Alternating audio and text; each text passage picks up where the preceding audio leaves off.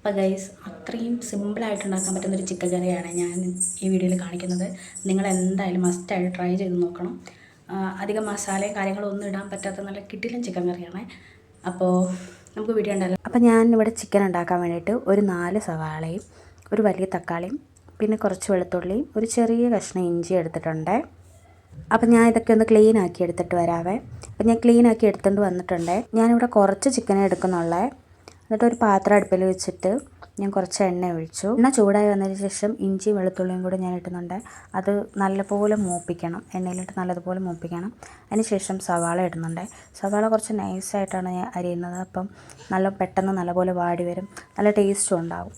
അപ്പോൾ എന്നിട്ട് നല്ലപോലെ ഇളക്കിയിട്ട് ഒരു 10 മിനിറ്റ് അല്ലെങ്കിൽ 5 മിനിറ്റ് മൂടി വെച്ച് വേവിക്കുക. അത് കഴിഞ്ഞപ്പോൾ കുറച്ച് വാടി വന്നിട്ടുണ്ട്. അതിന് ശേഷം ഞാൻ കുറച്ച് തക്കാളി ഇടുന്നുണ്ട്. അത് കഴിഞ്ഞ് പിന്നെയും കുറച്ച് നേരം ഒന്ന് അടച്ച് വെച്ച് വേവിക്കുക. അപ്പം ഇങ്ങനെ കിട്ടും. അതിന് ശേഷമാണ് നമ്മൾ ഗരം മസാലയും മഞ്ഞൾപ്പൊടിയും, ഞാനിവിടെ ഈ 2 മസാലകൾ മാത്രമേ ഇടുന്നുള്ളൂ, ഈ 2 പൊടികൾ മാത്രമേ ഇടുന്നുള്ളൂ. അതായത് ഗരം മസാലയും മഞ്ഞൾപ്പൊടിയും മാത്രമേ ഇടുന്നുള്ളൂ. കാരണം ഞാൻ വേറെ പൊടികളൊന്നും ഇടാതാണ് ഉണ്ടാക്കുന്നത്. ഇങ്ങനെ ഉണ്ടാക്കിയാൽ നല്ല അടിപൊളിയാണ്. എന്നിട്ട് ഞാൻ ചിക്കനും കൂടെ ആഡ് ചെയ്യുന്നുണ്ട്.